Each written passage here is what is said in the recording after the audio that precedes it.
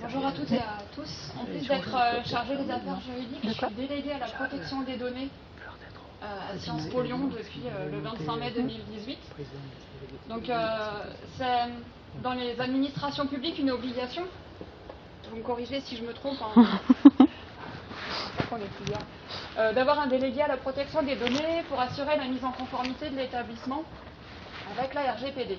Alors la RGPD, elle a entre guillemets pas inventé l'eau chaude en France, puisqu'on avait déjà, avec la loi informatique et liberté, un texte législatif qui protégeait nos données personnelles. Vous vous rappelez, c'est toutes les petites lignes en bas des formulaires qui disent, conformément à la loi du 6 janvier 78 relative à l'informatique et aux libertés, enfin je vous passe la suite, c'est souvent les petites lignes qu'on ne lit pas, qu'on ne lit plus, et qui en plus prennent de l'ampleur avec le RGPD, puisque tout un chacun, toutes les administrations, toutes les structures, tous les grands sites marchands, surtout ceux qui sont basés aux États-Unis, mais pas que, essaient de se mettre en conformité.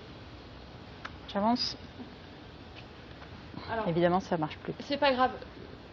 Du coup, on a testé, ça marchait. Ça marchait il y a 5 minutes, mais c'est les joies de la technologie numérique. C'est quand ça marche pas, on ne sait plus quoi faire. Hop. Du coup, avec la RGPD, vous en avez peut-être entendu... Juste un petit message.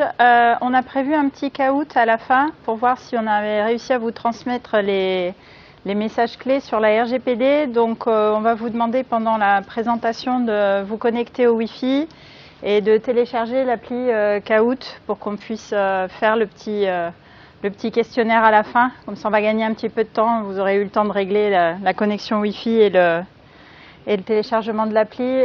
Caout, c'est une petite application, en fait, ça va nous permettre de faire un questionnaire tous ensemble et il y aura un petit top 5 des plus rapides. Voilà. Vous allez voir, c'est assez fun, Caout. C'est surtout à la fin. Donc la RGPD, elle est entrée dans nos vies, dans vos vies aussi, le 26 mai, quand vous avez reçu des dizaines de mails des différents sites sur lesquels vous êtes inscrits et qui vous ont demandé de mettre à jour ou pas votre abonnement. Elle est aussi entrée dans la sphère grand public avec différents scandales, affaires, appelez ça comme vous voulez. Je pense à Cambridge Analytica, je pense à la dernière condamnation de Google par la CNIL, je pense à des petites choses comme ça. Et ce qui fait qu'on en parle beaucoup plus et que le sujet est en tout cas beaucoup plus sensible. Dans les universités, c'est un sujet qui est pris du mieux qu'on peut à bras le corps, avec le temps et les moyens dont on dispose, parce que nous aussi, on est obligé de se mettre en conformité. Au niveau du site lyonnais, et j'y serai à 14h, c'est pour ça que je me permets d'en parler, on essaye de se coordonner pour que l'action des délégués à la protection des données de l'UDL et des établissements qui composent l'UDL puisse avancer ensemble. Parce qu'on a des thématiques communes. Quand vous vous inscrivez, si vous êtes tous dans le DU Transformation numérique de l'Université de Lyon, à un moment, vous avez donné vos données personnelles. Pourquoi ? Pour que l'université puisse vous inscrire, en fait, à la fois de manière administrative et pédagogique. Sachez que ces données, on n'a pas le droit d'en faire n'importe quoi. Notamment, on ne peut pas les revendre à des tiers, on ne peut pas les transmettre comme bon nous semble pour en faire du profit. Et on a aussi le devoir de les protéger et le devoir aussi de vous les transmettre quand vous en avez besoin. Je laisserai Aline et Benjamin parler du contexte et puis de ce qui a conduit à la naissance du RGPD et comment concrètement ça s'applique et quelles sont les définitions. Sachez aussi que c'est au-delà des universités lyonnaises, le réseau des délégués à la protection des données est structuré au niveau français, ce qui nous permet là encore d'avoir une vision bien plus large et une aide en fait dans nos pratiques de tous les jours pour se mettre en conformité. Maintenant, si je vous dis données personnelles, vous pensez à quoi concrètement ?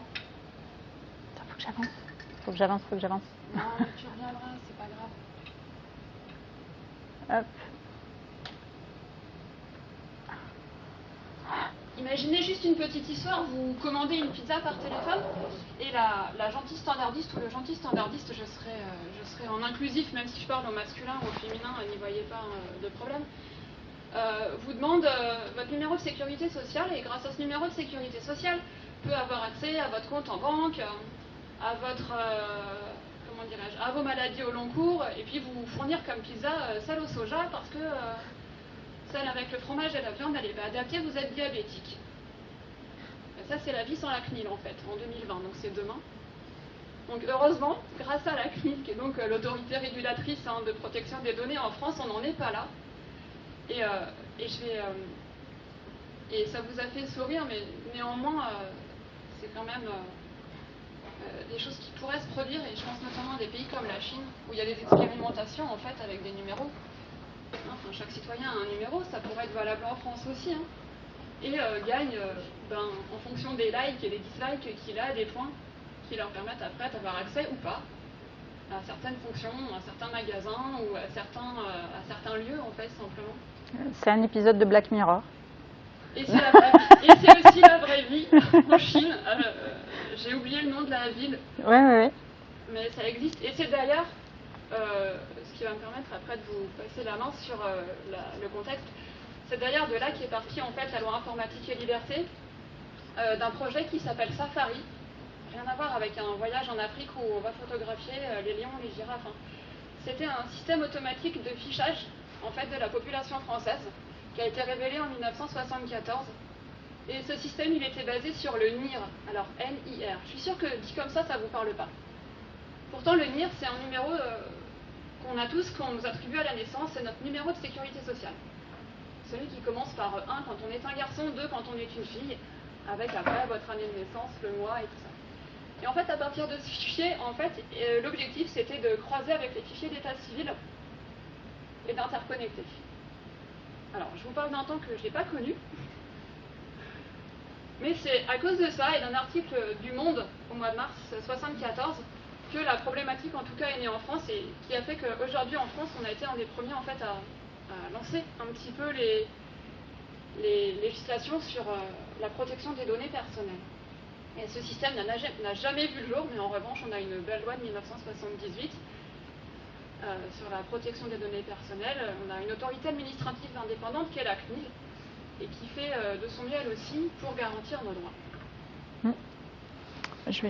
l'un, l'autre, les deux Celui-là, non. Je prends l'autre. C'est mieux. Bah, garde-le, comme ça, on pourra faire en stéréo. Alors, je vais remonter un petit peu parce qu'il y a 2-3 infos qu'on voulait partager avec vous. Il y a un point qui est important, qu'il faut comprendre que le volume d'informations qu'on traite, il a explosé. Là, on vous a donné quelques chiffres, on a une multiplication par 10 en 7 ans. Donc, ce qui était encore avant anecdotique, il fallait des entreprises avec certains moyens pour traiter de la donnée. Aujourd'hui, c'est hyper facile. N'importe qui ouvre une souscription dans le cloud, un Google Drive, et il peut démarrer un fichier avec de la donnée.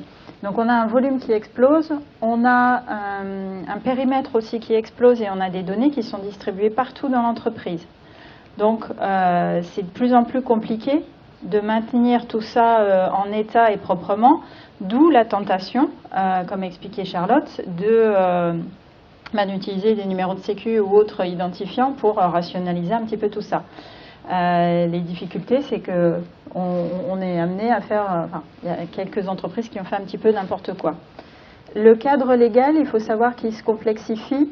Charlotte vous a parlé de la LIL, la loi informatique et liberté. Il y a GDPR. Nous, ça fait 3 ans qu'on est sur le pont. Benjamin travaille avec moi, c'est lui qui a les mains dans le cambouis.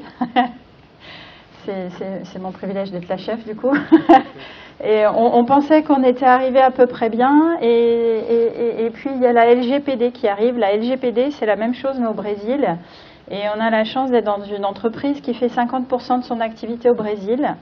Donc toute l'équipe légale du Brésil nous a appelés. On a probablement gagné une semaine au Brésil, je ne sais pas quand, mais voilà, on va être obligé de remettre le couvert avec la LGPD pour aider nos collègues brésiliens. Alors ça, c'est des informations. Donc la date d'application 25 mai 2018. Les nouveautés. par rapport à la Lille, les droits des personnes ont été vraiment grandement renforcés. On vous donnera un détail plus tard, mais clairement, aujourd'hui, vous, en tant qu'individu, vous avez beaucoup plus de droits face à des géants. Même Google, même Facebook, vous avez aujourd'hui beaucoup plus de droits, dont le fameux droit à l'oubli qui fait trembler un petit peu tout le monde, parce que la mise en œuvre, on va dire, est pas si simple. Les entreprises sont beaucoup plus responsabilisées. Elles ont des devoirs qui leur incombent aujourd'hui. Vous pouvez, même votre employeur, vous pouvez lui écrire et lui dire, voilà, donnez-moi la liste des données personnelles dont vous disposez, me concernant. Il y a une fonction de délégué à la protection des données qui est apparue. Alors en avant, on avait les correspondants CNIL, les CIL. Maintenant, on a ce DPO avec une fonction qui est renforcée. Et puis, on n'a plus de déclaration auprès de la CNIL comme ça se faisait avant. Avant, on était dans de l'autodéclaration et c'était assez tranquille. Et là où ça fait réagir tout le monde, en fait, c'est que le niveau de sanction a changé. On est jusqu'à 20 millions d'euros ou 4% du chiffre d'affaires mondial de l'entreprise, parce qu'ils ont bien compris que la plupart des grandes entreprises, elles s'arrangent pour ne pas faire leur chiffre d'affaires en Europe, sauf peut-être en Irlande parce qu'ils ont une fiscalité plus intéressante. Donc c'est 4% du chiffre d'affaires mondial, le plus élevé des deux. Pour l'anecdote, nous travaillons dans une entreprise qui fait 40 milliards de chiffre d'affaires, et j'arrêtais pas de dire 4%, 4%, 4%. Et un jour en réunion, j'ai dit, donc dans le pire des cas, nous risquons une amende de 1,8 milliard. Et ça a mieux résonné dans l'esprit des gens que 4%. Donc des fois, il faut traduire ce que ça représente. Un point aussi qui est important, c'est que la RGPD dans une entreprise, il y a eu une tentation à un moment de voir ça comme quelque chose de... C'est de l'informatique, vous allez vous démerder avec vos fichiers, vous allez corriger le truc et puis on va être GDPR compliant. C'est pas une question d'IT, ou en tout cas c'est pas que une question d'IT. Il faut que tout le monde travaille ensemble autour de la gestion des données personnelles pour éviter le gars du marketing qui a une idée brillante pour faire une campagne de marketing et qui va se créer son fichier avec toutes nos données clients, pour éviter la RH qui a fait un extract avec les payes de tout le monde parce qu'elle devait répondre à une enquête statistique. Enfin, il faut vraiment qu'on ait une collaboration de tout le monde pour identifier la donnée et pour la traiter correctement. Et aujourd'hui, en fait, on considère que sur de la RGPD, il faut que le légal soit impliqué, l'IT, évidemment, parce qu'on est dans un monde digital et qu'on doit amener notre expertise, mais le business également. On ne peut pas travailler, c'est pas quelque chose qui va se régler tout seul dans son coin. Et alors, je ne sais pas si vous vous souvenez, le 26 mai au matin, vous avez dû tous recevoir à peu près entre 50 et 100 mails. Alors, il y en a quelques-uns qui étaient un petit peu en avance, qui l'ont envoyé avant. Il y en a pas mal qui se sont dit après coup, ah merde, tout le monde en a envoyé un, alors je vais en envoyer un aussi. Mais vous avez tous reçu un nombre assez important de mails et vous avez découvert à l'occasion que, ah merde, j'ai encore un compte chez machin ou chez truc, un compte dont vous aviez complètement oublié l'existence. Pourquoi c'est arrivé? Clairement, c'est le niveau d'amende. On ne va pas se mentir. Avant, c'était 3 millions et ça tombait jamais. Aujourd'hui, c'est ce que je vous disais, c'est 20 millions et 4% du chiffre d'affaires, et on va vous montrer que ça tombe en plus.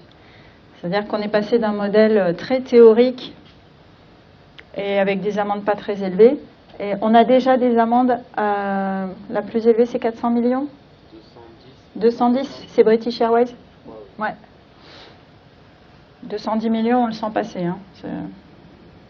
Mais bon, alors les entreprises, c'est un pourcentage de leur chiffre d'affaires, mais ça peut faire la différence entre une entreprise en bonne santé et qui a fait un bénéfice et une entreprise qui va mal. Donc on a un vrai changement de paradigme du ça serait bien que vous fassiez comme ça à maintenant on vous dit de faire comme ça, et en plus on va vous le faire comprendre de manière forte si nécessaire. Et un point aussi qui est important et qui fait peur, c'est que On est dans un monde aujourd'hui où tout le monde a des sous-traitants. Le sous-traitant, il rentre dans la boucle. Si c'est votre sous-traitant qui vous fait tomber, vous tombez votre sous-traitant aussi. Et aujourd'hui, il n'y a plus d'entreprise qui fait 100% de son activité tout seul. Donc, ça, c'est un point qui est vraiment important et qui a amené les entreprises à signer un nombre assez impressionnant de contrats. Dis-moi. Ben, des plateformes de consentement RGPD. Mettons moi, je suis une boîte, je suis une plateforme. Finalement, je m'aperçois que cette plateforme n'est pas très performante. Eux, ils tombent et moi, je tombe. Oui. Si t'as pas fait, si par exemple tu leur as sous-traité le recueil des consentements et qu'ils les ont pas enregistrés, bon, je dis un truc. Enfin, si c'est un scam que le gars il a pris de la thune et qu'il s'est barré avec, oui, du coup tu n'as pas rempli ton obligation. Je ne peux pas m'appuyer sur cette compétence-là. Tu peux t'appuyer, mais c'est la notion en anglais d'accountability. En France, on dit responsable. Les Anglais, ils ont deux mots. Ils ont un mot qui est responsible et accountable. Responsable, c'est celui qui fait.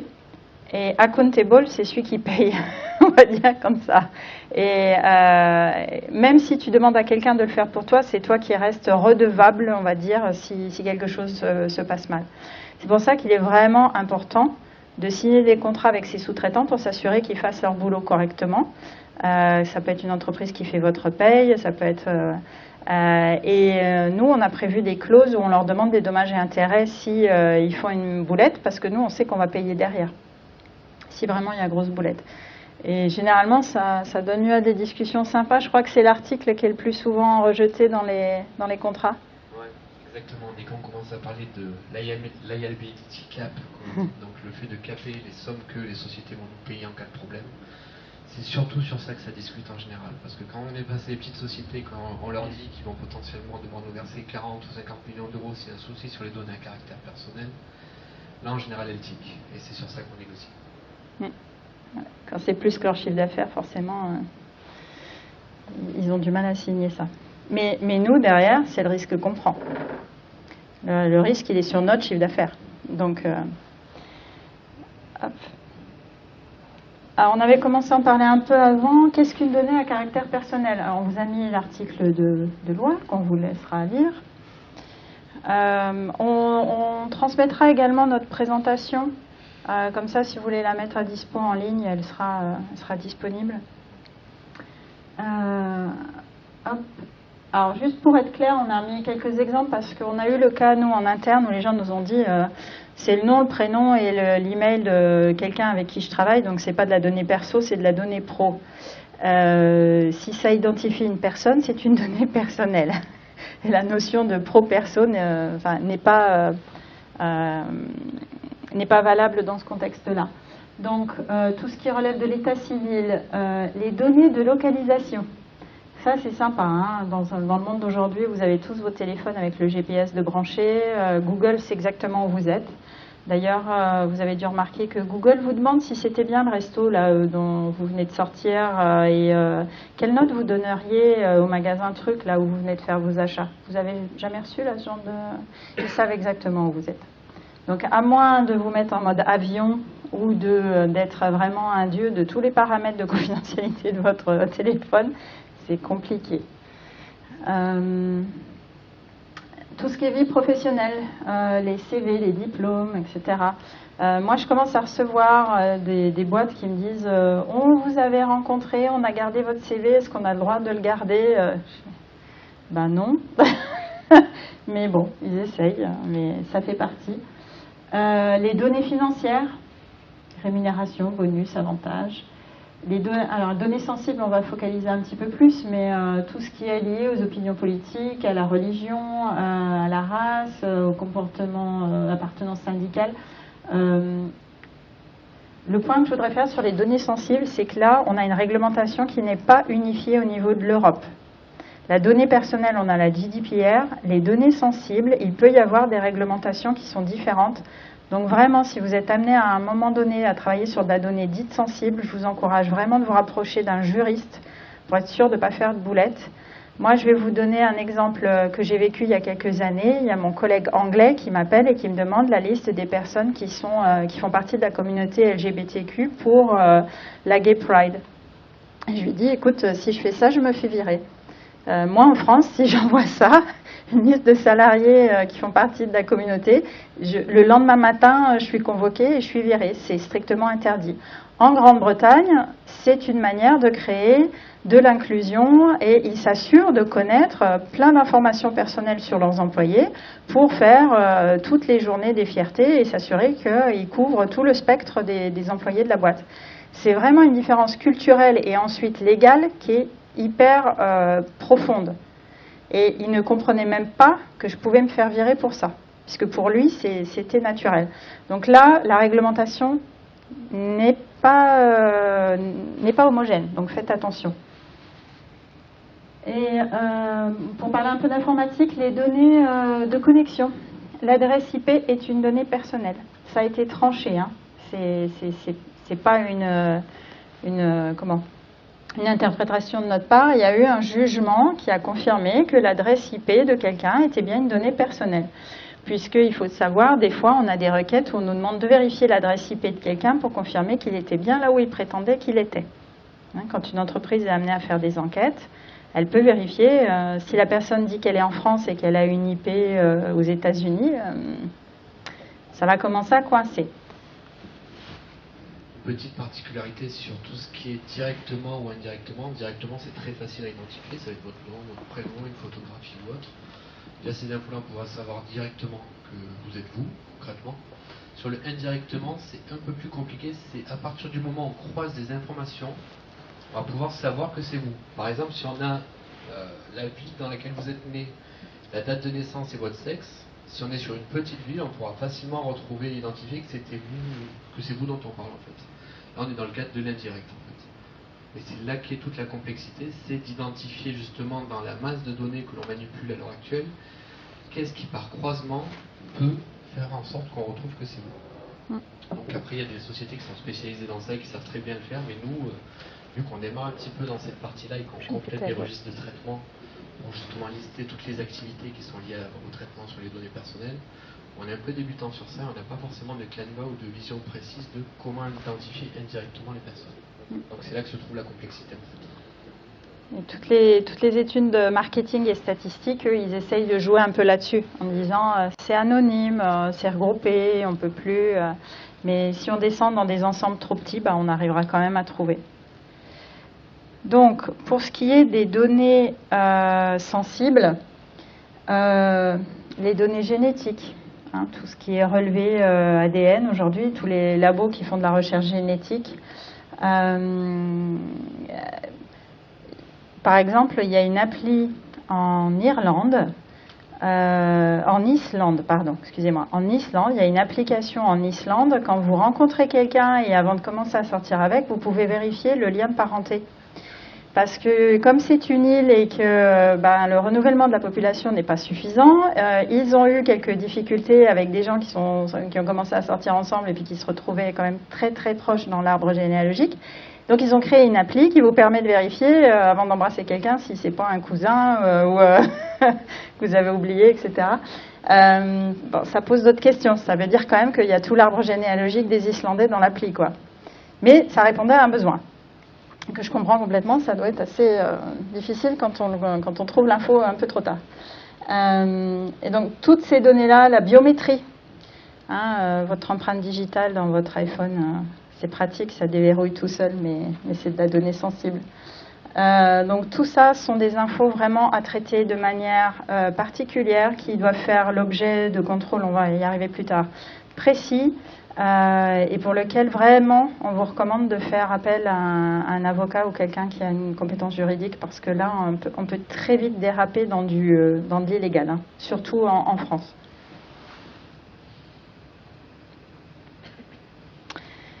Alors, la loi a aussi introduit une notion qui est la notion du traitement. Il s'agit d'une opération appliquée à des données à caractère personnel. Donc, par exemple, une une association qui a une liste de personnes, on va prendre peut-être plutôt l'école de danse où vous êtes inscrit à la rentrée parce que vous avez super envie d'apprendre la salsa. Cette école de danse, elle a récupéré votre nom, votre prénom, votre date de naissance, votre adresse et tout un tas d'infos personnelles. Ça, c'est un traitement. Le fichier qu'elle a constitué pour savoir qui sont ses abonnés, c'est un traitement. Pour illustrer un petit peu le propos. Et ce qui est rigolo, c'est que d'un point de vue traitement, il y a bien entendu la collecte, la conservation, l'extraction, la suppression, tous ces éléments-là sont des traitements. Mais la consultation en tant que telle est également un traitement. Rien que le fait de consulter l'information, c'est qualifié de traitement en fait. Et une petite subtilité aussi, c'est que là on parle beaucoup du monde électronique, mais le traitement peut aussi être applicable au monde du papier. Donc, il y a beaucoup d'archives qui existent, notamment déjà archives de CV dans l'ensemble des sociétés, parce que les gens sont venus en direct des candidats, donc on garde un dossier sur eux, un dossier candidat ou autre. Le format papier n'est pas exclu du RGPD, il fait bien partie du périmètre d'application. Nous, les gens nous disaient, quand les gens nous disaient que c'était un projet IT, on leur disait oui, mais quid du papier? Il y a beaucoup d'entreprises qui avaient encore dans l'idée de garder tout ad vitam aeternam, ils jetaient rien, ils effaçaient rien, et on leur a dit, ok, vous avez un entrepôt avec de la donnée, s'il y a de la donnée perso, comment on fait? Alors, on voulait faire un petit focus aussi pour vous expliquer quand est-ce que s'applique la RGPD. Il y a deux notions importantes, c'est citoyenneté et territorialité. Parce qu'au début de la RGPD, il y avait des tas de fantasmes sur je suis un Français aux États-Unis, est-ce que je peux demander la RGPD alors, il faut savoir que c'est pas... on s'est posé la question, on a fait appel à des avocats et du coup, après, on a rajouté quelques cas sur des cas de vente, de la vente en ligne. J'achète à Amazon, je suis en France, je suis un Français, RGPD oui, non. Je suis un Américain, j'achète à Amazon, je me fais livrer en France, RGPD oui, non. Ça commence à être sympa. Donc les notions importantes, c'est le responsable du traitement est établi dans l'Union européenne. Deuxième point, le responsable il est établi hors de l'Union européenne, mais dans un lieu où le droit d'un État membre s'applique en vertu du droit international public. C'est là où ça commence à devenir sympa. Et le dernier point, c'est le responsable du traitement est établi hors de l'UE, mais il met en œuvre des traitements en ciblant des personnes situées dans l'Union européenne et en permettant un suivi du comportement résident dans l'Union européenne. Donc un site marchand qui vend en France pour des Français, même s'il est établi ailleurs, il fait un traitement puisqu'il enregistre les commandes, il va livrer les commandes, il fait un suivi de commandes. Il va même vous renvoyer un mail en disant est-ce que vous pourriez mettre 4 étoiles ou 5 étoiles sur le produit que vous venez d'acheter, c'est gentil parce que j'ai besoin de votre aide pour que mon produit ressorte mieux dans Amazon. On va peut-être pas tous les faire défiler. Encore une fois, on va donner la présentation pour que vous puissiez vous y référer. Mais voilà, on vous a mis quelques exemples pour dire applicable ou pas applicable parce que c'est vrai qu'il y a des subtilités.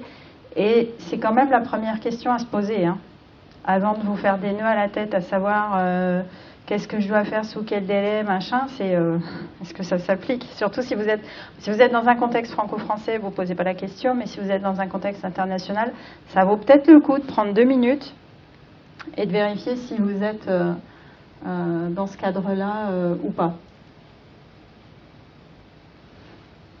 Alors, les droits pour les personnes.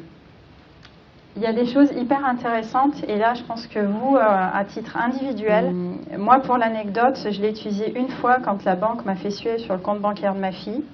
Ça a marché remarquablement bien. En fait, ils ont demandé 3 fois à ma fille de leur envoyer la copie de sa carte d'identité. À la 3e fois, j'appelle ma banque et je leur dis pouvez-vous me donner le numéro d'incident que vous avez ouvert auprès de la CNIL? Comment ça, le numéro d'incident? Je dis, écoutez, si vous demandez 3 fois la copie de la carte d'identité de ma fille, c'est bien entendu que vous l'avez perdue les 2 premières fois. Donc, il s'agit d'une perte de données personnelles. Vous êtes dans l'obligation de la déclarer à la CNIL. Pouvez-vous me donner le numéro d'incident? Bon, 5 minutes après, le problème bancaire de ma fille était réglé. Je vous conseille. Ça marche très très bien. Ces RGPD, ça leur fait tellement peur que généralement, vous allez avoir la personne compétente qui va vous régler votre problème. C'est assez magique. Alors, vous avez le droit à l'accès. Et vous, si vous regardez aujourd'hui Facebook, alors il faut trouver le paramètre, mais dans Facebook, vous pouvez lui dire Facebook, quelles sont les informations personnelles dont tu disposes sur moi. Et normalement, une entreprise doit pouvoir répondre à ce genre de demande. C'était pas évident avant. Juste demander à une entreprise qu'est-ce que vous savez sur moi, ils ne savaient pas répondre. Et ils ne voulaient pas répondre. Quand on les a obligés, ils se sont rendus compte qu'ils ne savaient pas répondre. Ça, c'était plus gênant. Mais c'est un droit et ils ont 1 mois pour vous répondre.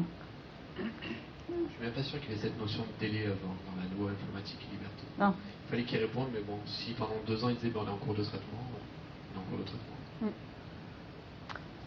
Vous avez le droit à la rectification. Ça aussi, c'est hyper important parce qu'il y a des gens qui se sont battus pendant très longtemps pour faire corriger des infos. Là, maintenant, c'est un droit, c'est dans la loi. Donc, normalement, ça va mieux. Le droit qui fait peur à tout le monde, le droit à l'oubli. C'est celui qui me fait des nœuds à la tête à Google. Parce que appliquer le droit à l'oubli dans le référencement Google, c'est pas facile du tout. Techniquement, l'informatique n'a jamais été créée pour effacer quoi que ce soit. Jamais. Jamais. On n'a jamais réfléchi à la notion de supprimer quelque chose dans de l'informatique. Donc le droit à l'oubli, souvent, c'est pas supprimé, c'est anonymisé. Et on va être très clair, quand la loi est sortie, les entreprises ne savaient pas faire. Et ça crée du marché, hein, mais ça, c'est vraiment le droit qui fait peur. Mais clairement, si par exemple vous êtes pris la tête avec un prestataire que vous avez résilié et qui continue à vous envoyer des pubs, vous lui envoyez, vous dites je demande mon droit à pratiquer mon droit à l'oubli, je ne veux plus jamais recevoir de pub de votre part, sinon je vous dénonce à la CNIL. Ça marche pas mal. Le droit à la limitation, ça évite en fait soit que votre donnée soit utilisée de manière automatisée, soit que votre donnée soit utilisée à une autre fin. Quand vous avez un traitement, c'est pour une finalité.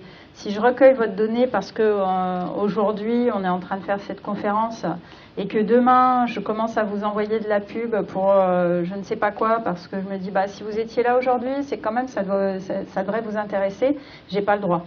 Vous m'avez donné un droit pour cette conférence aujourd'hui, je ne dois pas l'utiliser pour autre chose. Les nouveautés, c'est vraiment le droit à l'effacement. Le droit à la portabilité des données. C'est pratique celui-là. Ouais. Par exemple, quand on change d'opérateur, on peut directement en faire. Maintenant, c'est bien automatisé dans certains services, notamment tout le monde bancaire, le monde des opérateurs téléphoniques.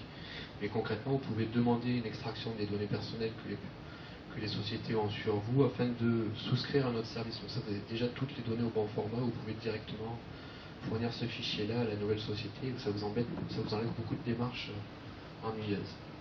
Et normalement, ça doit aussi empêcher les suspensions de service. Vous savez, quand j'ai pas libéré la ligne, mais non, c'est votre ancien prestataire qui n'a pas pris, mais je ne sais pas qui c'est qui est responsable de la ligne, mais en tout cas, vous, en attendant au milieu, vous avez plus de téléphone, plus de télé, mais c'est de la faute à personne. Le droit d'opposition. Vous avez le droit de vous opposer. Ça aussi, c'est nouveau. Enfin, c'est renforcé. C'est renforcé. On le voit vraiment maintenant dans tout ce qui est newsletter, en fait. C'est beaucoup plus mis en avant et c'est plus facile de se désinscrire d'une newsletter via le droit à l'opposition. Avant, c'était présent, mais c'était bien en caché. gris clair sur gris foncé, écrit en tout petit au fin fond du mail. Il fallait vraiment chercher l'information. Là, il faut qu'elle soit facilement accessible, en fait. Ça, c'est un des points importants de la loi. C'est à votre service. Donc, c'est au site de faire en sorte que la désinscription soit facile à trouver. Elle doit marcher. Et c'est vrai qu'avant, on se battait. Maintenant, si vous regardez un peu, c'est beaucoup plus simple. Le droit de réclamation, bon, ça, on avait le droit avant, mais encore une fois, c'est renforcé. Hop. Et le droit à réparation. Celui-là, le dernier, c'est il est bien. lié aux amendes et au recours juridique qu'on peut avoir en cas de litige. Donc le droit à la portabilité, ça c'est vraiment une grande nouveauté. Utilisez-le, ça peut jouer en votre faveur, surtout si vous essayez de renégocier quelque chose. Et le droit à réparation, normalement on est mieux couvert si par exemple quelqu'un a abusé des informations qu'il vous a transmises pour... vous vous retrouvez au milieu de campagne de pub, vous n'avez rien demandé, vous n'avez jamais opté pour, là normalement vous êtes en droit de réclamer quelque chose. Alors, là, on va parler un petit peu des responsabilités des entreprises. On va rester assez générique, mais leur responsabilité, c'est de mettre en œuvre les mesures techniques et organisationnelles des politiques. Il faut prendre le sujet au sérieux, quoi. C'est pas on va attendre que la foudre tombe pour s'en occuper. Et d'ailleurs, ça peut avoir une incidence sur le montant de l'amende. Si vous avez montré votre bonne foi, vous avez pu vous louper, mais vous montrez votre bonne foi, généralement l'amende, si à un moment donné vous êtes face à un problème, l'amende va quand même être moindre que s'ils arrivent et qu'ils ont l'impression que franchement vous avez attendu que la foudre vous tombe dessus, mais que vous n'avez jamais rien fait. S'assurer du respect du règlement, être capable de démontrer que les traitements sont conformes à la réglementation, alors ça c'est un gros morceau. Je crois qu'on parle du Processing Register après. C'est exactement ça. C'est le registre des traitements. En fait, c'est un registre générique qui liste l'ensemble des traitements sur les données à caractère personnel qui sont faits au sein de la société et avec ses partenaires. Donc autant vous dire que c'est un très gros fichier, très compliqué à maintenir à jour. Avant, on envoyait ces informations directement à la CNIL. Maintenant, c'est la société qui doit renseigner ce fichier, le garder chez elle, et si la CNIL vient vous auditer, il faut que vous puissiez lui montrer ce fichier-là. Un autre fichier aussi qui est lié à ça, c'est le registre des fuites de données. Toutes les fuites de données à caractère personnel que vous avez, vous devez aussi les renseigner dans un registre. Et éventuellement les déclarer, mais ça on va en parler après. Le registre des traitements aujourd'hui, c'est une activité monumentale dans les entreprises parce qu'en fait, ils n'avaient pas de cartographie avant la loi. Ils étaient incapables de dire, ils savaient à la louche, quoi. Ils disaient, ouais, j'ai la paye. Oui, mais en fait, c'est pas la paye. J'ai le recrutement, l'embauche, la paye, le départ du salarié. Déjà, là, on est sur des traitements différents. Parce que le recrutement, on n'est pas encore dans la paye. Par contre, comme on vous a dit, on récupère des CV, on récupère tout un tas d'infos personnelles sur des gens qui ne font même pas partie de la boîte. Comment je gère ça? Même si c'est un classeur où j'imprime les CV et que je les mets dedans, il faut écrire. J'ai un registre qui est un classeur où je garde des CV et j'applique telle règle. Et si vous ne l'écrivez pas et qu'il trouve le classeur, vous êtes en infraction. Garantir la protection des dites données à caractère personnel. Donc le fameux classeur des RH, il doit être sous clé normalement. Il ne doit pas traîner dans le couloir. Quand vous envoyez votre CV à quelqu'un, vous espérez quand même que votre numéro de téléphone perso et votre adresse, ils ne traînent pas n'importe où. Tenir un registre. Voilà. Donc là, on vous a remis les textes de loi, parce que c'est quand même important que vous ayez les références si jamais à un moment vous êtes amené à creuser un petit peu. C'est toujours mieux de dire selon l'article truc que de dire dans la RGPD, elle dit que quand vous commencez à balancer les numéros d'articles, ça fait tout de suite un peu plus sérieux. Les sous-traitants, alors, il faut avoir recours à des sous-traitants présentant des garanties suffisantes pour mettre en œuvre les mesures techniques et organisationnelles appropriées. Il faut avoir une autorisation écrite qu'ils reconnaissent leurs responsabilités en tant que responsable de traitement pour vous. Donc par exemple, une société comme ADP GSI qui est très reconnue en France et qui fait les payes de beaucoup d'entreprises, elle a signé un paquet de contrats parce que il y a beaucoup d'entreprises qui externalisent chez elles le traitement de la paye parce qu'on n'a plus de service paye en entreprise. Oui.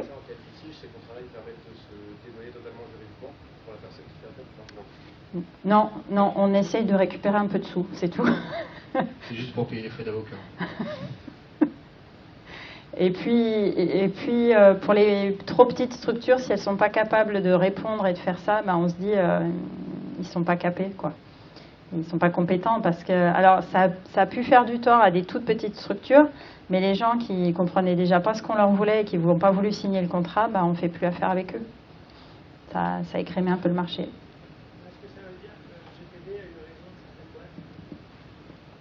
Alors, j'ai pas d'éléments officiels là-dessus, mais Ça se pourrait, je dirais. Ça se pourrait. Après, c'est vrai qu'il y a des boîtes qui sont spécialisées dans la revente de données personnelles de manière entre guillemets illicite. On peut directement acheter, quand on travaille dans le domaine du marketing, on peut acheter auprès de sociétés pour 1000 ou 2000 euros des listes de contacts. Donc après, dire que le RGPD n'a pas impacté ça, je pense que si quand même. Là, je pense que ces sociétés-là qui revendent de la donnée personnelle sous le manteau, tel qu'on pourrait le dire, elles travaillent beaucoup moins que les sociétés européennes. Elles travaillent sûrement avec le reste du monde, mais beaucoup moins que les sociétés européennes. Non, mais... Alors, après, il y a encore des subtilités. Moi, j'étais encore à une conférence hier et il y a une société allemande type Noroto qui nous disait qu'en fait, suite à un contrat qu'ils ont signé avec Google, c'est un vrai exemple de pub en Allemagne. Et l'Allemagne est le pays où ils appliquent le plus strictement la RGPD et c'est RGPD compliant. Si vous arrivez sur le parking, leur exemple, s'ils avaient ciblé le parking du Ikea de la grande ville allemande à côté duquel ils avaient leur entreprise. Donc ils regardaient Google, si vous y étiez arrivé par Google Maps, Google sait que vous êtes là.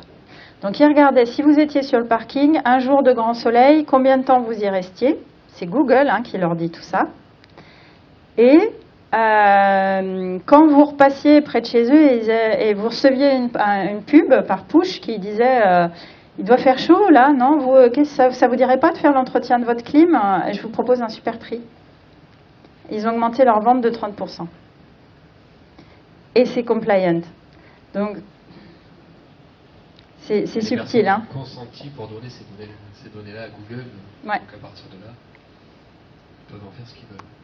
Alors, je suppose que quand vous avez accepté de donner vos infos de localisation à Google, c'était pour que Google Maps marche. Pas que. Mais en fait, pas que. Donc faites attention. Oui ? Merci. Peut-être une précision que je voulais savoir. Les destinataires des règlements, ce n'est pas que les entreprises, il y a aussi les services publics, par exemple. Voilà. Alors, qu'en est-il du contrôle des données à caractère privé, par exemple, qu'on peut soumettre auprès d'une entreprise et que l'entreprise, peut-être pas une entreprise, des prestataires, par exemple, des services, et qui se mettent à contrôler, par exemple, la véracité de ces données. Est-ce que ces sous-traitants ou ces prestataires sont sur base de règlements? À quoi la personne de bonne foi et ne faire aucun contrôle, ou qu'en est-il lorsqu'ils font le contrôle sur les données à caractère personnel? Il y a des hôpitaux qui ont reçu des amendes.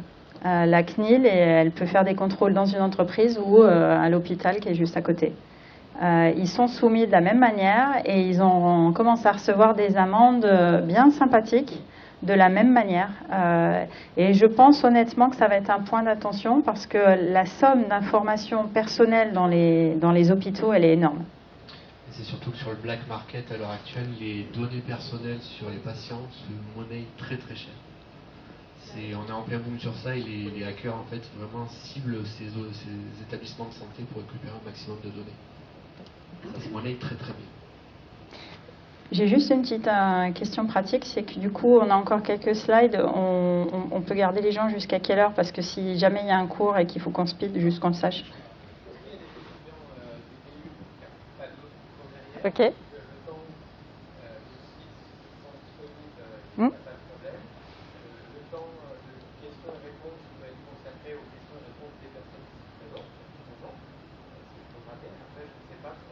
D'accord. Ok. Bon, on va continuer alors. On vous a mis un petit peu des exemples de clauses que vous pouvez mettre. La CNIL a fait un super boulot.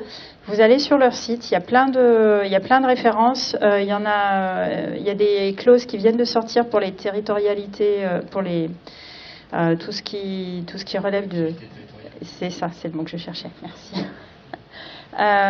Et il y a plein d'autres infos. C'est vraiment très bien fait. Mais pour revenir à la question sur les données de santé, la particularité de la donnée de santé, c'est qu'elle ne périme pas. Votre numéro de carte bleue, il périme. Votre adresse, elle périme. vos données de santé, elles ne périment pas. Si vous avez eu un cancer il y a 2 ans, vous avez eu un cancer il y a 2 ans, et c'est vrai jusqu'à la fin de votre vie. Et c'est pour ça que les données de santé, en fait, sont autant recherchées. C'est que alors déjà, c'est une info qui est souvent recherchée aux États-Unis par les grands groupes qui ne veulent pas vous assurer de couverture médicale. C'est illégal en Europe, mais aux États-Unis, ils le font. Hein, s'ils trouvent des infos comme quoi vous avez un peu trop picolé quand vous êtes étudiant et puis que vous déclenchez une cirrhose, ils vont lever des choses.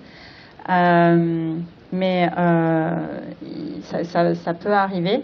Voilà, donc c'est un peu flippant en fait quand on y pense, ce qu'ils arrivent à faire avec les données de santé, mais c'est vraiment des données ultra sensibles. Malheureusement, les hôpitaux n'ont pas forcément les moyens de bien les sécuriser. Ouais, ils font ce qu'ils peuvent. On va dire aujourd'hui, on est tous au courant des difficultés que rencontrent les hôpitaux et les manques de moyens qu'ils ont. Et donc, c'est peut-être un maillon faible. Oui. Et pour autant, pour les hôpitaux, si on exclut la revente de données, c'est quand même une nécessité dans leur travail d'utiliser ces données. Il n'y a pas plus de tolérance et de souplesse dans l'application. Si un médecin accède au dossier médical de quelqu'un pour le soigner, ça fait partie de sa fonction et il est habilité à les regarder. Si quelqu'un a accès au dossier, regarde le dossier de quelqu'un et pour après le diffamer ou dire qu'il a telle maladie sur Internet, là on est hors champ. Donc c'est là où tant qu'il a accès, enfin ce qui est important c'est que la personne qui a accès à cette info doit être habilitée à y avoir accès et elle doit l'utiliser pour la finalité pour laquelle on lui met à disposition. Donc un médecin est habilité à regarder des données de santé pour soigner. S'il fait autre chose que soigner avec ça, il est dans le tort vis-à-vis de la loi. Et c'est ça qui est important. Oui. Il n'y a pas des limites par rapport, je pense par exemple au nom de la sécurité et l'ordre public de l'État. Est-ce qu'il n'y a pas... Merci pour la parole. En fait, ma question est de savoir s'il n'y a pas des limites par rapport au RGPD. Des exceptions. Voilà, des exceptions. Je pense directement à la sécurité, à la tranquillité publique. Par exemple, avec les cas de terrorisme, on a vu à un certain moment, il y a eu des limites même par rapport à la circulation des personnes et de leurs biens. Voilà, donc... Après, il y a plusieurs cas de figure. Enfin, les données sensibles dont on a parlé tout à l'heure, c'est des données, bien sûr, qu'il ne faut Pas manipuler dans l'absolu, mais il y a des cas où justement on a le droit de les manipuler. Par exemple, un médecin va pouvoir manipuler des données de santé sur vous pour vous sauver la vie concrètement. Là, ça fait partie des exceptions. Dans ce cadre-là, il est tout à fait amené à avoir accès à vos données personnelles et à les manipuler, pour avoir toutes les infos et pour pouvoir agir en connaissance de cause afin de vous soigner. Pareil, vous amusez pas à demander à un agent de police s'il a le droit de vous demander vos papiers d'identité et s'il traite ça conformément au RGPD. Là, ça ne marche pas du tout, ça fait partie des exceptions. Et encore une fois, ce qui est important, c'est qu'ils le déclarent. S'ils disent en France, on peut être fiché S, c'est déclaré. C'est un traitement spécifique qui répond à un besoin de sécurité territoriale. Du coup, ils sont habilités à le faire. Il y a une demande d'exception qui a été posée. Donc, on ne dit pas que c'est interdit, on dit que c'est cadré. Voilà. Et pour les impôts non plus, ça ne marche pas. Hein. Vous ne pouvez pas faire valoir votre droit à l'oubli pour... Il y en a qui ont essayé. Là, c'est un focus plus sur les entreprises ou les territorialités. Il y a la fonction, on vous a parlé du Data Protection Officer. Ça peut être une personne, ça peut être un collège, c'est le cas chez nous. C'est les RH, l'IT et le légal. On se réunit tous les mois et on travaille ensemble sur les questions de RGPD. On n'a pas un DPO, on a un collège DPO pour assurer la fonction. Il doit être associé à toutes les questions relatives à la protection de données personnelles. Alors nous, on a eu un vrai boom, hein, c'est pour ça que j'ai recruté Benjamin. C'est qu'avant, j'avais peut-être 3 questions dans l'année sur les données personnelles. Aujourd'hui, Benjamin, il bosse à mi-temps juste pour les clauses informatiques sur les contrats, tous les contrats qu'on bosse avec nos fournisseurs et le processing register. Donc c'est une charge de travail qui est quand même loin d'être neutre si on le fait proprement. Obtenir les ressources nécessaires. il doit être indépendant, hein, parce que si votre boss vous demande de mettre un truc sous le tapis, c'est un peu compliqué. Et il est tenu au secret professionnel et à l'obligation de confidentialité. Donc, je ne peux pas vous dire quelles sont les requêtes que j'ai reçues à traiter, les gens qui ont fait valoir leurs droits à l'oubli, à l'accès, etc. Je n'ai pas le droit de partager avec vous les requêtes qu'on a pu traiter, sauf de manière très générique et anonymisée. Ce qui est délicat, parce que si on intègre le service RH et qu'il y a des demandes qui sont un peu sensibles, on peut se dire qu'après on peut être fiché parce qu'on a fait des demandes qui peuvent être gênantes pour la société, la mettre en... C'est pas tout le monde au RH qui a accès. On a habilité que certaines personnes au RH parce qu'on ne veut pas justement que tout le service RH soit au courant et on ne veut pas que ça vienne justement pénaliser ou que quelqu'un soit vu comme un emmerdeur parce que après il y a des entreprises, les premiers plans sociaux après les premiers plans sociaux après la GDPR, ils ont eu un paquet de demandes sur le droit à l'accès, le droit à la modification. Alors là, il y a des employés qui ont utilisé ça pour embêter un petit peu dans le contexte du plan social. Moi, j'aurais tendance à dire fair enough, ils utilisent des moyens à leur disposition. Il ne faut pas que ça devienne une nuisance, on va en parler un tout petit peu après, mais voilà, à un moment donné, il faut pouvoir répondre à ces obligations. Et notre but est autant de protéger l'entreprise que les demandeurs. On n'est pas là pour juger, il y a une demande, on la traite. Et on la traite en petit comité. Alors, les missions, informer et conseiller. Tous les ans, on fait une campagne d'information auprès de personnes clés sur tout ce qui est la donnée personnelle. Alors au niveau de l'IT, on leur parle d'anonymisation, on leur explique pourquoi c'est important. Au niveau du business, on leur explique qu'on ne peut plus faire de campagne un peu à la One Again, en récupérant un fichier à droite, à gauche, des prospects, etc. On contrôle le respect de la RGPD, on conseille. Alors nous, c'est un très gros boulot au niveau de l'IT, le conseil, l'analyse d'impact, c'est un énorme boulot. Coopérer avec la CNIL, on n'a pas eu l'occasion, puis j'espère qu'on n'aura pas trop. Moi non plus. Et on est le référent. Voilà. Mais le conseil aujourd'hui, c'est les entreprises. Le message commence à porter et donc du coup, il y a une montagne de questions qui... En fait, si on devait synthétiser en fait le DPO, parce qu'on préfère le terme anglais parce que DPD c'est pas très sympa quand même. C'est pas très sexy comme terme. Donc DPO, en fait, c'est un peu le chef d'orchestre du chemin vers la compliance RGPD. C'est lui qui va vraiment mettre du rouage. Il faut qu'il ait une très bonne relation sociale avec l'ensemble des personnes, que ce soit un bon communicant, qu'il ait une bonne vision sur les textes de loi et les réglementations qui s'appliquent au sein des différents pays dans lesquels la société est implantée. Donc c'est vraiment le chef d'orchestre, c'est lui qui a la vision d'ensemble et qui va accompagner justement les différents services face à leurs problématiques et face au RGPD. Alors un autre point important qui fait très peur aux entreprises, la déclaration de fuite de données. Aujourd'hui, les entreprises disposent d'un délai royal de 72 heures. Il faut savoir qu'une attaque informatique est détectée en moyenne en 236 jours.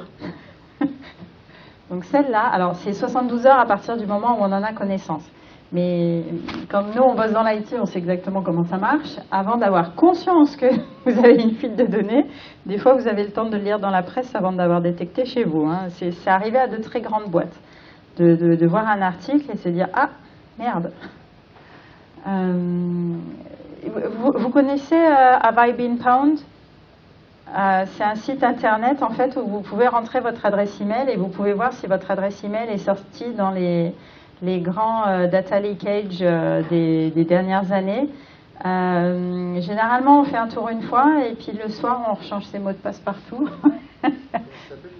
Have I been pwned? On vous l'écrira, mais vous rentrez votre email et ça vous dit cet email est sorti lors du data breach de LinkedIn en 2014, du data breach de Dropbox et vous voyez toutes les fois où votre email et votre mot de passe bien sûr a été vendu sur le marché noir. Parce que si ça sort dans la liste, c'est que c'est ça, c'est que ça a été vendu sur le marché noir et qu'on l'a su. Donc, les individus, maintenant, on doit être informé quand il y a eu une fuite de données nous concernant. Ça, c'est très bien. en tant qu'individu, et on doit aussi vous l'expliquer en termes clairs, hein. Il ne s'agit pas de vous envoyer du charabia. Par contre, pour les entreprises, ça veut dire qu'il faut notifier la CNIL en 72 heures, décrire la violation, décrire les mesures prises, documenter la violation. Ça, en 72 heures, c'est super chaud. Je vous garantis qu'à faire, même avec la meilleure volonté du monde, c'est super chaud. En fait, le plus compliqué, c'est d'avoir un nombre d'informations suffisant pour pouvoir quantifier le risque lié à la fuite de données. C'est ça la complexité à laquelle on doit faire face. Il faut que dans les 72 heures, on ait suffisamment d'informations pour dire, pour les personnes finales, le risque est élevé, le risque est moyen, le risque est faible, et en fonction de ce niveau de risque, on ne traite pas la fuite de données de la même manière. Si le risque est faible, on va juste renseigner la fuite de données dans notre fichier de liste des fuites de données, qui est stocké en interne. Si c'est moyen ou élevé, il faut contacter l'autorité de contrôle, et en fonction des impacts potentiels pour les individus, il faut leur faire également une communication. La communication, ça pourra par exemple, si vous avez une fuite de données de toute votre base de données client avec les mots de passe et tout, c'est faire une communication pour expliquer qu'une fuite de données s'est passée et dire aux gens de changer leur mot de passe. Et de leur expliquer aussi que s'ils utilisent le même mot de passe pour d'autres services internet, qu'ils changent également le mot de passe sur ces services-là. Mais vous ne le faites pas, hein. Vous avez bien sûr un mot de passe différent pour chaque application. Oui. Parfait. Moi, j'ai une question. Il y a une clinique à Lyon qui s'est fait hacker tout son système. Hein? On ne dira pas le nom. Ils ont mis plutôt du temps pour le découvrir. Ils n'ont plus accès à leur informatique. Hein? Comment ils font pour réagir puisqu'ils ont 72 heures? La loi n'aborde pas le sujet. Ils ont 72 heures pour déclarer, même si... Ouais, non mais... Si tu regardes Saint-Gobain, après le ransomware, ils ont mis 1 mois à redémarrer les systèmes informatiques. Hein. Ça n'a rien à voir avec les données personnelles, mais Saint-Gobain a été touché par NotPetya. C'était NotPetya ou WannaCry, je perds le fil, j'avoue. Non, mais je crois que c'était NotPetya. Saint-Gobain et Merckx, ils ont été touchés par ce ransomware. Saint-Gobain, en mettant des équipes H24, 24/7, en 3/8, des équipes informatiques en 3/8, ils ont mis 1 mois à redémarrer les systèmes informatiques. Alors vous imaginez... Comment ils ont payé Officiellement non, bien sûr. Mais officieusement, je pense pas non plus, parce que sinon, ils auraient dû redémarrer plus vite. Donc qui a pondu un truc de 72 heures? Le mec qui réfléchit à ça? Après 72 heures, concrètement, c'est dans le cadre où tu as une perte de confidentialité. Là, c'est plus une perte de disponibilité sur les données. Il n'y a pas de risque concret parce que de la donnée sensible à fuiter. Là, c'est plus le système d'information ne marche plus et il n'est plus disponible. Donc là, ça impacte plus la société en tant que telle. Et c'est pas que dans le cadre de la donnée personnelle, c'est plus au sens global. Mais comme on utilise tous les mêmes logins, mots de passe de partout, si tu n'es pas prévenu en 72 heures, le gars, il a le temps d'aller te voler de l'argent sur tes comptes bancaires, de prendre la main sur ton Gmail et d'envoyer des mails à ton nom. Enfin, le problème, il est là aussi, c'est que l'impact pour les personnes, aujourd'hui, il peut être potentiellement énorme. Aujourd'hui, même, regardez, on a les questions secrètes là pour réinitialiser son mot de passe. Généralement, quand on regarde le Facebook et l'Insta de quelqu'un, on arrive à peu près à savoir quel est le nom de son chien et quelle est sa date d'anniversaire et comment s'appellent ses enfants. Donc, on arrive à répondre à 80% des questions secrètes et du coup à récupérer un mot de passe. Donc, bon, les 72 heures, c'est très contraignant pour les entreprises, mais derrière, le problème, c'est que dans un monde digital, et comme on est tous humains quand on utilise des mots de passe, l'impact peut être catastrophique pour l'individu. Dans un annuaire. T'as le petit carnet avec marqué mot de passe devant? Oui, j'ai un annuaire où tu mets les numéros de téléphone et en fait, j'ai des mots de passe pour chaque site différent. J'en ai 280. Dans mon bureau.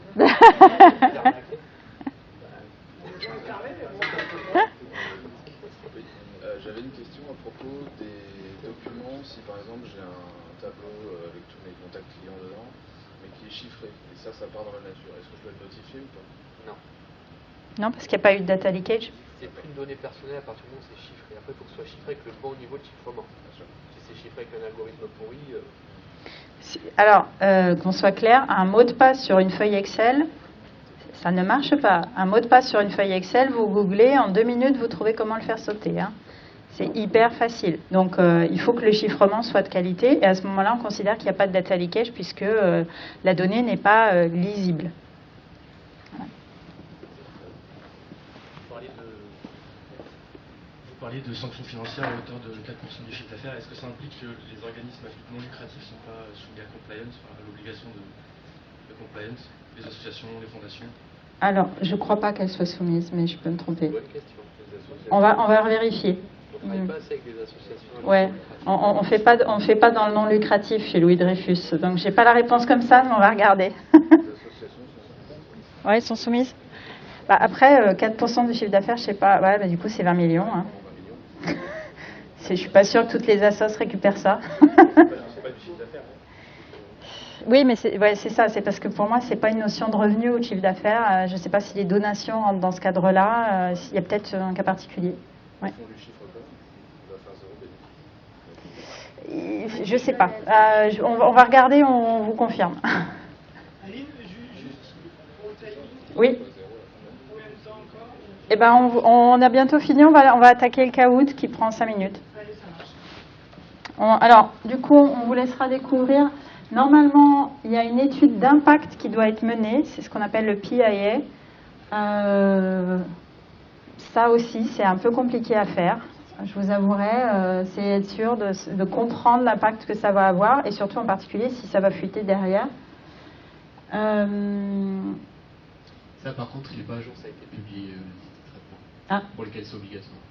Donc, on va Et il y a des notions dans la loi de privacy by design, privacy by default. Ce qui nous demande aujourd'hui, c'est dès le début de réfléchir, dès qu'on a de la donnée perso, à comment on le traite, comment on le gère. On a fait le choix aujourd'hui de vous faire une présentation. On voulait être sûr qu'on vous transmettait les concepts clés. Donc on n'a pas voulu aller sur le chiffrement, la partie cyber, tout ça. Il y a un peu des références, mais on voulait être sûr qu'on vous transmettait les concepts clés sur ces questions-là. Vous pourrez creuser privacy by design, privacy by default. On vous donne un peu des pistes. Il faut utiliser des comptes nominatifs, il faut faire du contrôle d'accès, il faut gérer les habilitations, il faut anonymiser, chiffrer, etc. Mais ça ne nous semblait pas être le cœur de la discussion aujourd'hui, mais voilà, on vous a quand même mis quelques éléments. Et le dernier point, on n'est pas paranoïaque. Là, c'est les amendes avant, donc on est dans les 50 000, 100 000, 250 000 euros. Depuis la RGPD, hôpital de Barreiro au Portugal, 400 000 euros. Google Inc., 50 millions. Sergic, 400 000. L'hôpital AGA, 460. British Airways, 200 millions. Marriott, 110 millions. La banque DSK, 510. La National Review Agency, 2,6 millions. Vous voyez une légère augmentation du montant des amendes. Bon, je pense qu'il y a quelques États qui renflouent bien leur caisse au passage, mais voilà, c'est pas du... Ça va aux États, c'est ça? À l'État, là? Ça dépend des États. Ça dépend des États. C'est géré différemment par État. Il y a des États où... Enfin, je crois que la Pologne, je pense que ça va directement à l'État, parce que c'est eux qui ont fait l'amende de 2,6 millions. Attends, je reviens. C'est la Pologne, en fait, c'est... Il y a 2,6 millions, non pas 200 millions, mais 650 000. Et ils sont très actifs depuis quelques mois. Donc à mon avis, ça doit aller à l'État, en partie. Ça, en France, je ne sais pas. Pour moi, il y a une partie qui retourne à la CNIL pour se financer, mais je ne sais pas. Une grosse partie qui remonte à l'Europe, je pense. Ouais. Je me rappelle bien. Mais ça, c'est une question qui a été posée concrètement lorsqu'ils ont créé le texte. C'est OK, on fait des amendes, mais où va l'argent? Et là, tout le monde s'est retrouvé autour de la table. On ne sait pas trop. Donc après, c'est en fonction des États et des fonctionnements internes de chaque pays. Ça veut dire qu'il y a une CNIL dans chaque État membre, en fait? Oui, tout à fait. Il y a une association identique à la CNIL dans chaque État membre. On va passer à la question pratique. Vous êtes prêts? Vous avez le Wi-Fi, vous avez Kahoot. Donc, je ne sais pas si vous reconnaissez la chanson qu'on vous passe. C'est une chanson de Noël traditionnelle.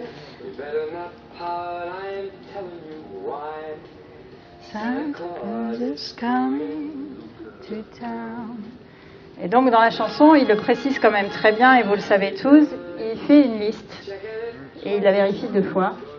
Et surtout, il garde une donnée sensible qui est de savoir si vous avez été gentil ou pas. Donc la première question, Le Père Noël ne s'est pas mis en conformité envers la RGPD pour Noël 2019. Que risque-t-il? L'obligation de raser sa barbe et de faire 48 heures de garde à vue, 20 millions ou 4% du chiffre d'affaires mondial, 100 millions d'euros ou 10% du chiffre d'affaires mondial, ou des sucres d'orge pour tous les enfants. Bon, je suppose que vous êtes déjà tous bien avancés dans le caout, donc je vais y aller direct. Donc, comme on vous l'a dit, c'est 20 millions d'euros ou 4% du chiffre d'affaires mondial. La deuxième question. Le petit Vincent ne veut plus apparaître dans le grimoire du Père Noël. Est-ce que le Père Noël doit traiter sa demande? Il doit traiter sa demande dans un délai d'1 mois. Vincent doit passer par la CNIL qui va transmettre sa demande au Père Noël. Donner ses données, reprendre ses volets.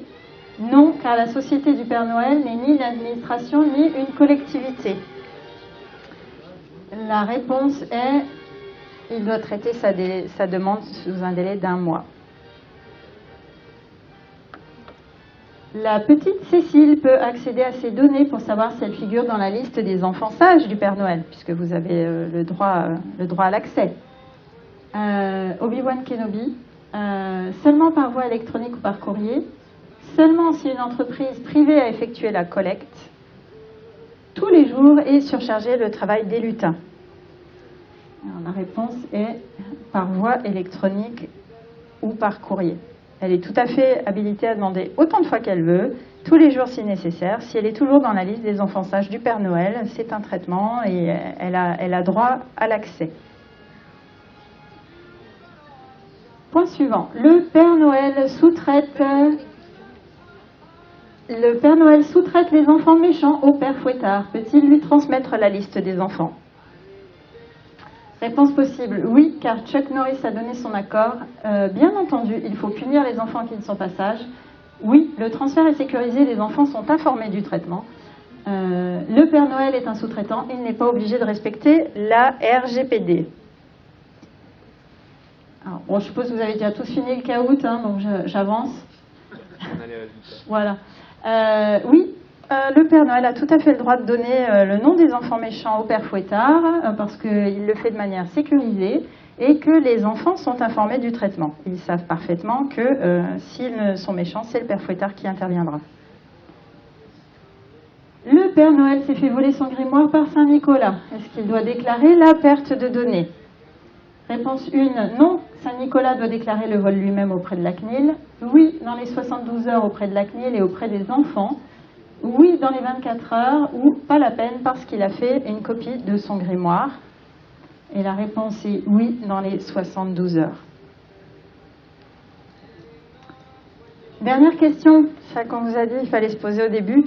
Et au fait, est-ce que la RGPD s'applique au Père Noël? Il n'est pas en Europe, donc il n'est pas soumis à la RGPD. Il ne traite que des données papier, la RGPD ne s'applique pas. Oui, mais il a nommé un DPO, Rudolf le lutin. Rudolf, c'est un renne. C'est un renne, c'est pas un lutin. Donc ça va. Rudolf, on est rouge. Oh, je l'ai pas spoté celle-là. Non, c'est une personne physique réalisant une activité personnelle ou domestique. Et bien en fait, on a réfléchi à tout ça dans du vent parce que la RGPD ne s'applique pas au Père Noël, c'est une personne physique. C'est pas une entreprise, c'est pas une association. C'est pas une collectivité. Donc en fait, il n'est pas soumis à la RGPD et son grimoire non plus. Et bravo à Max qui a réuni le plus de points. Max, bravo. Suivi par Manu, Luc, Jean et Gégé. Voilà. C'est un cas d'école, mais on s'était dit que c'était plus rigolo que de parler d'une entreprise X ou Y. Donc voilà. On vous a remis des liens utiles. Comme ça, si vous voulez creuser, si vous avez besoin de creuser, on vous donnera la presse et voilà.